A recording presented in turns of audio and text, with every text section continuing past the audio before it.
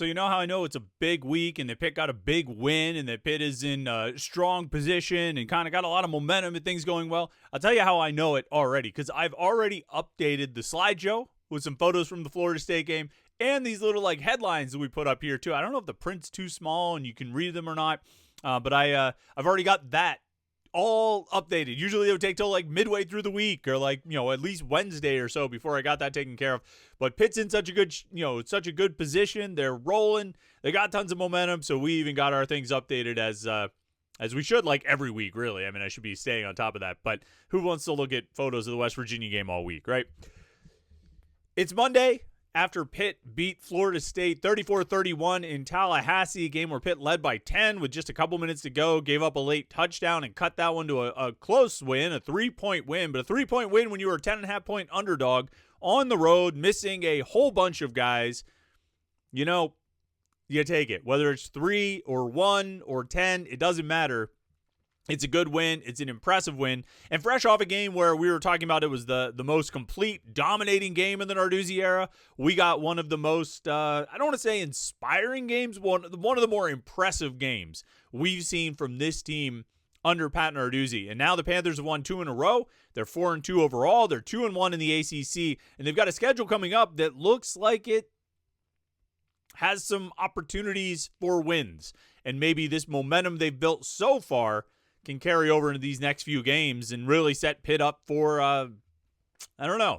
some intriguing success. Let's call it that for now. We'll hedge our bets for a little bit longer, but the opportunity's there for some intriguing success, due in no small part to some of the players who have emerged. Oh, like that guy, number 6, making a lot of plays and driving this team to its 2-game winning streak that they'll carry into next Saturday's game at Syracuse. We'll have plenty of time to talk about Syracuse and the matchup against the Orange, but for now, let's talk about that win at Florida State.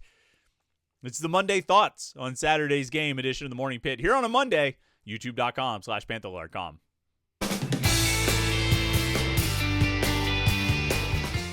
Yeah, I'll say right off the bat, like before we even get started, I talked about this a little bit on the post-game show. I put up a post about this on the message board yesterday at Panther-Lair.com, and I just want to say, like, first of all, I mean, there's obviously a lot of angles to get into, a lot of things to sort of drill down on from this game, and individual performances, team performances, some of the big storylines and stats and numbers. I mean, we could talk for a long time about Pitt's win at Florida State on Saturday, but one thing that stood out to me is, like, it was just a great game. I mean, like, nobody wants to hear this, if Pitt had lost, and we probably wouldn't be sitting here saying this if Pitt had lost, but I mean, it was genuinely a great college football game. Pitt had that 10-point lead, 34-24. That lasted like less than 2 minutes. Otherwise, neither team led by more than a touchdown for the entire rest of the game. So for about 58 minutes of that game, the score was separated by a touchdown or less. It was tied a bunch of times. I think there were 4 or 5 ties, 4 or 5 lead changes. Sometimes the lead was 3, sometimes the lead was 7. But neither team really pulled away. But both teams were making plays. Both teams were getting some big passes, some big runs. They were getting downfield. They were making plays on both sides of the ball. Both teams came up with some key turnovers. Whether it was Pitt blocking a punt and then getting a huge fumble. Really early in the fourth quarter when Florida State was running the ball well, and Pitt gets that big fumble that Shadarian Harrison forced and Jasir Whittington recovered. Obviously, Florida State gets the 2 interceptions, one after the block punt when it looks like Pitt's going to at least get 3 points, if not a touchdown out of it late in the first half, and they get an interception in the end zone. So some big plays on defense, some big stops on defense, turnovers forced, and then big plays on offense. Just a good game, and it really went all the way down. Literally, the game was still in question to some degree all the way up until the point when Kyle Lewis recovered that onside kick, which was in the final 2 minutes of the game.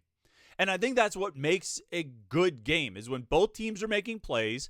They're both making some sort of bad mistakes, but I mean, that's part of it in college football or any level. But both teams are making plays. And the game stays close, and it's in question all the way until the end. Real back and forth affair, to use that cliche, and I think that's what you got on Saturday. And so, right off the bat, that's one of the. Oh, and it even had like so. I don't think you can have a truly great college football game without some just weirdness. Some weirdness that you're just like, what is going on right now? Why is this happening? I think any great college football game has that.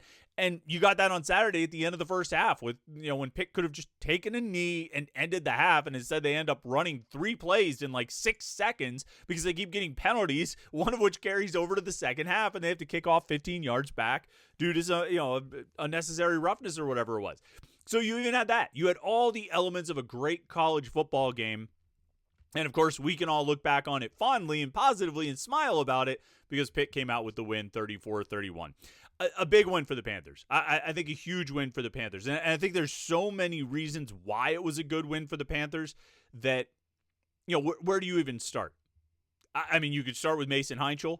The outstanding performance again from a true freshman quarterback, making 2 starts now. He's thrown for 300 yards, multiple touchdowns in both games. He made all kinds of huge plays, rushing and throwing.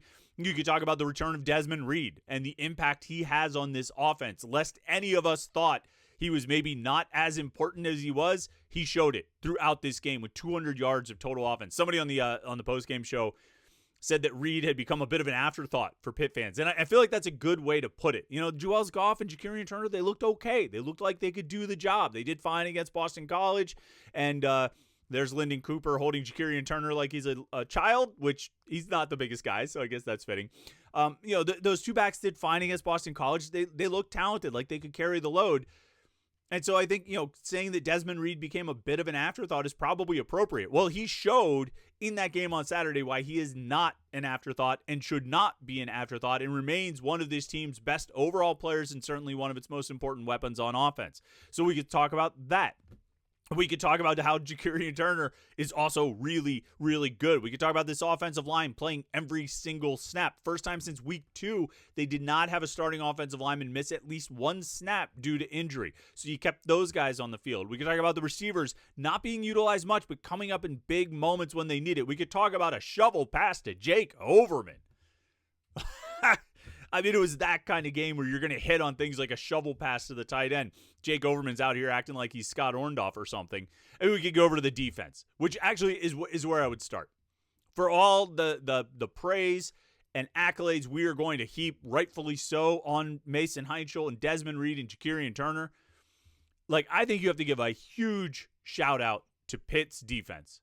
I mean, they came into this game significantly shorthanded. The defensive end depth chart, I mean, it was Jimmy Scott. And then beyond that, you have a converted defensive tackle in Isaiah Neal, who ends up starting the game opposite Scott. You have Nate Temple, who's been here, let's sing.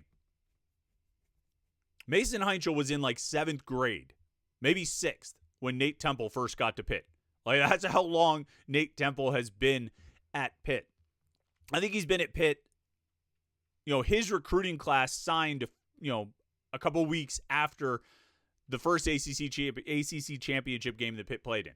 I mean, Nate Temple's been around forever. And then after that, it's Maverick Grazio, a guy who has really not played much at all. And the 5th guy, the only other scholarship defensive end on the roster is Juju Anderson, a true freshman. So completely decimated, at defensive end in terms of depth. Completely decimated linebacker depth, although Cam Lindsey is I think, a really promising player. They've been decimated at depth for linebacker all season long. They don't have Cruz Brookins, who I think has been their, one of their, if not their best defensive player this season, one of their 2 best defensive players this season, along with Rasheem Biles. And then they get banged up in the game. Biles leaves for a little bit. Braylon Lovelace goes out for a little bit. Desmond Reed went out for a little bit. Justin Holmes left the game with an injury. Isaiah Neal went out for, I mean, I know I mentioned Reed and Holmes. That was just sort of my list of injured guys. But, I mean, on this defense, they were bruised, they were battered, they were missing a bunch of guys, and going against a team that was bigger than them, maybe a little faster than them, certainly supposed to be better than them, and there were points, one of the key moments in this game, and there's a handful of options for the best, or most important play of the game, or the, MVP, or whatever you want to call it. There's a few options. But I think one of the key moments, so Florida State had just taken a lead. They broke a 21-21 tie with a field goal. Pitt's offense takes the ball. They end up with, it was kind of a bad series. Mason Heinchel scrambled for 20 yards, but then he had a rough stretch of a couple almost intentional groundings, or maybe it was an intentional grounding, or maybe it was a sack, but they end up 3rd and 28. And, then they, end up punting from 4th and 20. And Florida State takes the ball at the 6. And this is near the end of the third quarter. And they just start pounding it and just running and running and running. And it's working. And I think over the course of their first 8 rushing attempts, which ended the third quarter and the first couple of the fourth quarter, they're just pounding it. And they eight carries. I think they got 51 yards. And they've marched, into Pitt territory. And that was the point when you felt like, okay, it's catching up. Pitt's defense, they put in a valiant effort. They worked hard. They really tried in this game. But, at some point when you're that thin and you're that outsized and probably a bit outmanned, eventually it's going to give. And there's no shame in that. You gave everything you had. And, you're going to be sore on the flight home. You can have some pride about how hard you played, but these big running backs for Florida State and this big offensive line for Florida State, they're just eventually that's going to win out. And eventually they're going to wear you down. And eventually they did. And that's where it was. So they're 1st and 10 at the Pitt 43. All the momentum on their side. Like I said, 51 yards at that point on 8 carries. Just pounding it with these big backs they have. All their running backs were 210 or heavier. 5'11", 6'1", these big backs against Pitt's, undermanned defense and defensive line and linebacker. It happens. They tried. They battled for 3 quarters. And then Florida State gets a holding call on 1st and 10. All right, that pushes them back. It's 1st and 20 from the Florida State 47. But they still run it, though, because, they're pounding it. And they hand it off to 26. I forget what 26's name is. Apologize, 26. But they hand it off to 26, and he runs. And Shadarian Harrison comes up and punches the ball out. Jasir Whittington recovers it. Gives Pitt the ball at the Florida State 49. Huge, huge play. And Pitt ends up, they got, 35-yard pass to Desmond Reed. Nice catch and run. Reed gets it into the, inside the 15. Pitt ends up settling for a field goal, but they tie the game at 24. And the momentum has all shifted back to Pitt because of that play. It was slipping away. Florida State was taking control.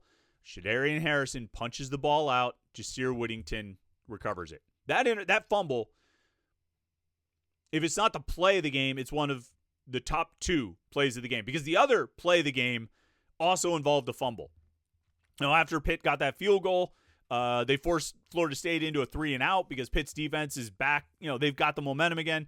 Pitt's offense drives down, gets a field goal to take a 27-24 lead. Pitt's defense gets another 3-and-out. Pitt's offense gets the ball back. They're up 3, and they start marching. And here you get the second play of the game, and it's a fumble.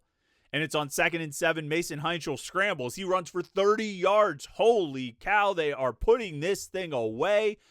And he loses the ball.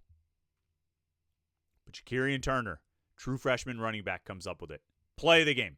Play the game. Jakirian Turner had a huge game here, scored 2 touchdowns in this game. He's been awesome over the last 2 games, I think. 28 offensive touches, 177 yards, 3 touchdowns. He has been a monster. He scored Pitt's first touchdown in this game. He scored their last touchdown in this game. Huge.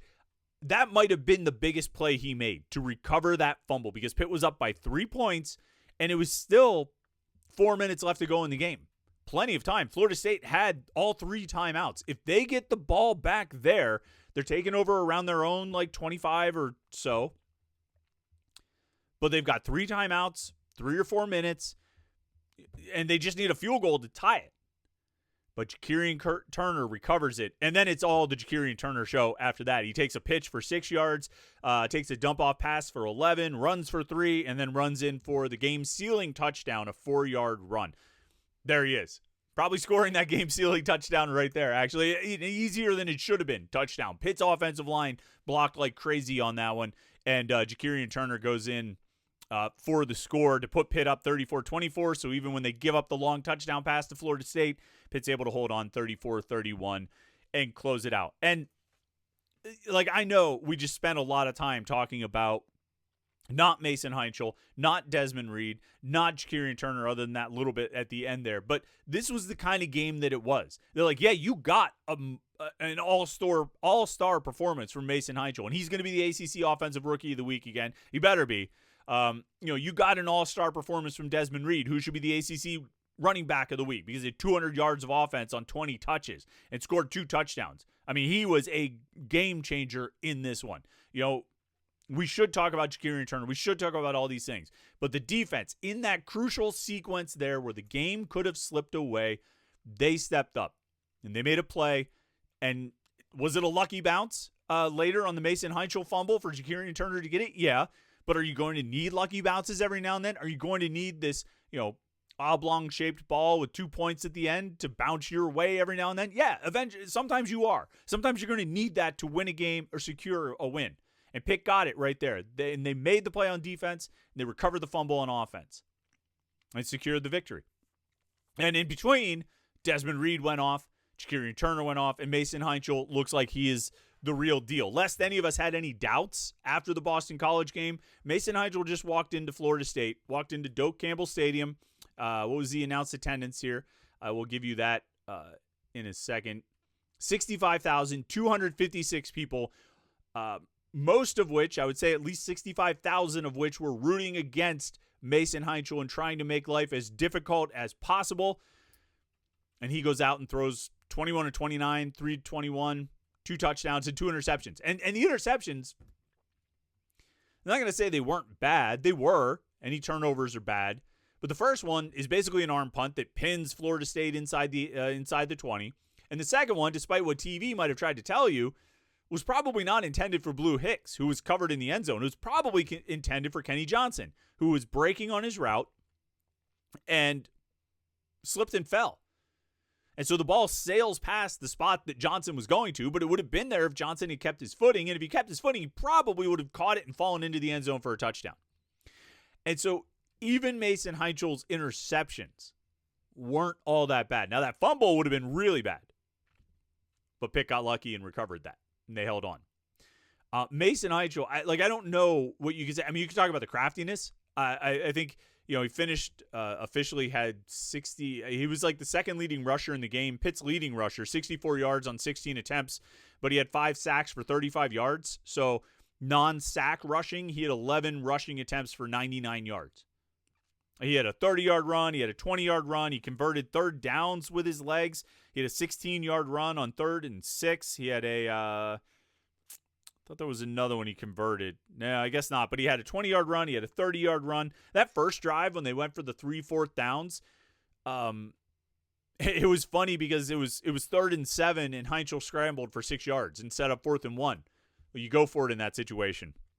Although that one, they were deep in Pitt territory. That was a gutsy call from Pat Narduzzi that paid off. The next one, 3rd and 13, he checks it down to Des Reed, who gets 12 yards. So it's another 4th and 1. Well, you go for it. And then the next one, it's 3rd and 6.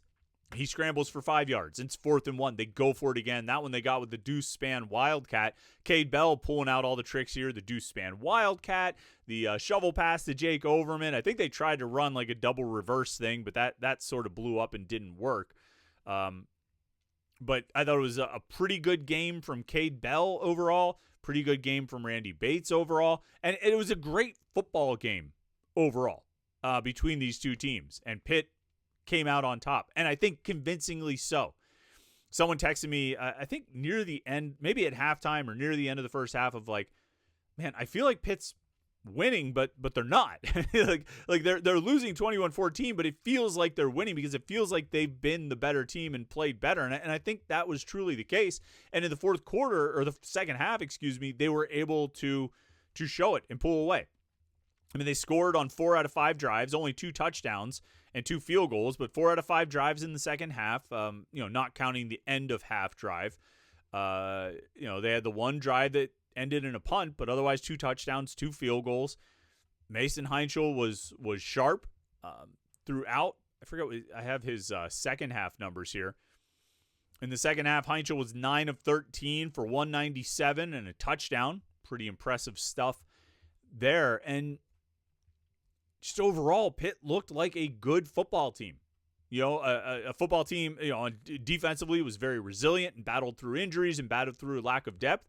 And then on offense, they were just able to move the ball because they've got a really talented quarterback and a spark plug running back who can just make things happen. They got a couple of those guys because I think Shakarian Turner's there too. And you know what? The receivers didn't get a lot of action in this one, didn't get a lot of work.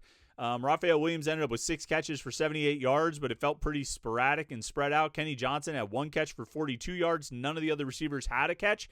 But, Kenny Johnson's 42-yard catch was huge. And it was a great read by Mason Heinchel and then a great play after the catch by Johnson. Raphael Williams had a couple big catches. He had 2 big third down catches, 1 converted third down. And one was a 15-yard catch on 3rd and 11, and one was a 4-yard catch on 3rd and 8. But he played well. He caught all 6 of his targets. Even those guys, they chipped in. The tight ends didn't do a whole lot. They had 2 catches for 12 yards. Justin Holmes had 1 catch on the first drive for no yards, and then Overman had the shovel pass. It was really the running backs who did the bulk of the work, but everybody chipped in. Everybody made plays, and when their number was called, they got it done. The offensive line, I thought, did well. It was a tough game. It wasn't a cakewalk. It wasn't, quote-unquote, easy like the Boston College game, but it was a convincing win. And Pitt looked really good doing it, and they looked good in all 3 phases, other than Kenny Johnson taking a fair catch at the 2. Not a great idea there, but just a good win for Pitt and a strong, impressive performance that they've now stacked 2 in a row, and it kind of, it's positioned this team to have a chance to go on a little run here with Syracuse on the road on Saturday, NC State at home the next week, and then at Stanford. Pitt's got a chance to pile some wins and stack some wins heading into that final 3-game stretch of Notre Dame, Georgia Tech, and Miami. And we don't want to get too far ahead of ourselves, but at the halfway point of this season, this Pitt football team feels like it's got momentum on its side. And at 4-2 overall, 2-1 in the ACC with a burgeoning star at quarterback, a definite star at running back, and a defense that just played its tails off, or collective tail off.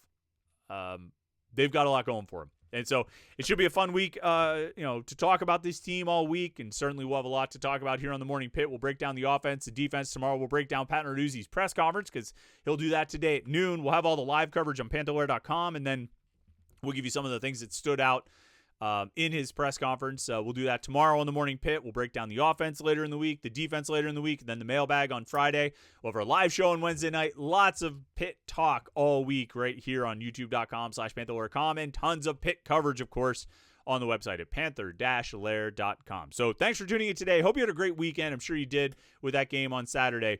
I hope your Monday gets this week off to a great start, and we will catch up with you tomorrow for the Morning Pit right here on youtube.com/Panther-Lair.com.